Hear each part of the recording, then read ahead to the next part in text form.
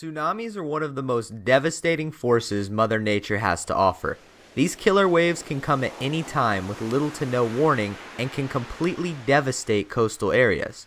Once a tsunami gets going, nothing in its path can even hope to slow it down. Because these waves don't come along very often, many people don't have a strong understanding of just how destructive these waves can be or even how they come about. In this video, we'll discuss what a tsunami is and how it's formed, how often they occur and where in the world they're most frequent, warning signs and safety precautions you can take if you ever encounter a tsunami, and finally, we'll talk about one of the most devastating tsunamis to ever occur. Let's get into it. First, let's define what a tsunami is. The formal definition of a tsunami states that it's a great sea wave produced especially by submarine earth movement or volcanic eruption. In other words, this isn't your normal wind-generated wave. Tsunami waves are caused by some sort of severe geological disturbance that happens underneath the ocean, not wind. Here's a pie chart that shows the different causes of tsunamis, and as you can see, the overwhelming majority of tsunamis are caused by underwater earthquakes, but things like landslides and volcanic eruptions can also cause tsunamis. Now let's look at the science behind the formation of a tsunami. When an underwater earthquake occurs, a large amount of kinetic energy is released, creating a ripple effect. This results in incredibly strong, fast-moving waves. In the open ocean, tsunamis may only be a few feet tall, but they rise substantially when they encounter the shoreline. When the wave reaches the shore, its velocity slows down tremendously, but is forced upward, creating an extreme increase in the wave's height. Tsunamis have been known to surge vertically up to 100 feet in some places, but most of the time they only reach about 10 feet. Still a pretty big wave. As if one giant wave wasn't bad enough, once the initial wave reaches the shoreline and slows down, more tsunami waves eventually catch up, creating what is called a tsunami wave train. There can sometimes be as much as 1 hour in between waves, and the first wave is rarely the strongest. So how often do tsunamis occur? Well, not very often. From 1900 to 2001, just about 800 tsunamis were recorded, but most of them were very, very minor. Only 117 of them caused casualties, and only 9 caused extreme ocean-wide damage. Now we know that tsunamis don't occur very often, but when they do, where are they most likely to strike? Tsunamis can really occur anywhere, but there are certain parts of the world that receive the vast majority of them. About 80% of tsunamis occur within the Pacific Ocean along what's called the Ring of Fire. This 25,000-mile horseshoe-shaped path is the most seismically active region in the world. About 90% of the world's earthquakes occur along the Ring of Fire, which consequently means that most tsunamis will occur here as well.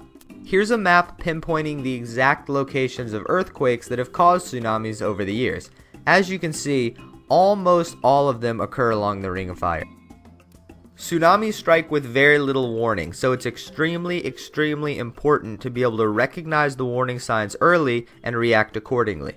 The most obvious warning sign that a tsunami may be coming is an earthquake, especially a severe one. Tsunamis can travel as far as 10 miles inland, so if you're near the coast and you feel an earthquake, the safest thing you can do is migrate inland as far as possible, get to high ground, and wait for official word that it's safe to return. Tsunamis can travel at speeds of 500 miles per hour, so once the earthquake hits, a tsunami could strike within minutes.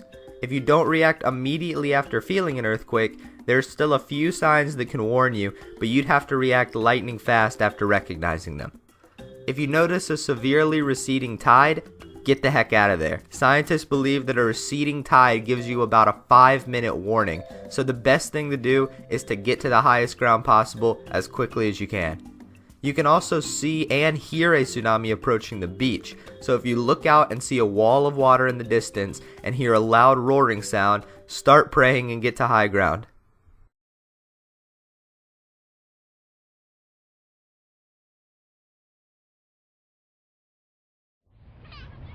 Guck mal da hinten, Schnicki, wie das hochpescht, das Wasser.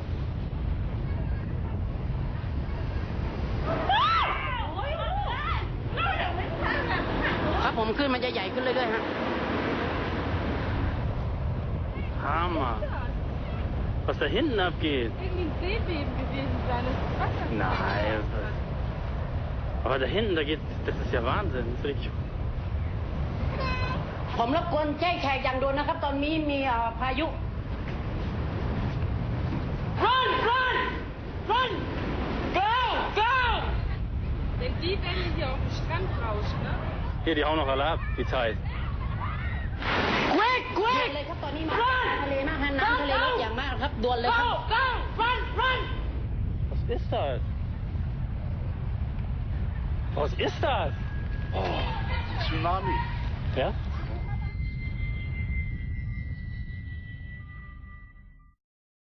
On December 26th, 2004, just one day after Christmas, one of the most devastating natural disasters in history occurred.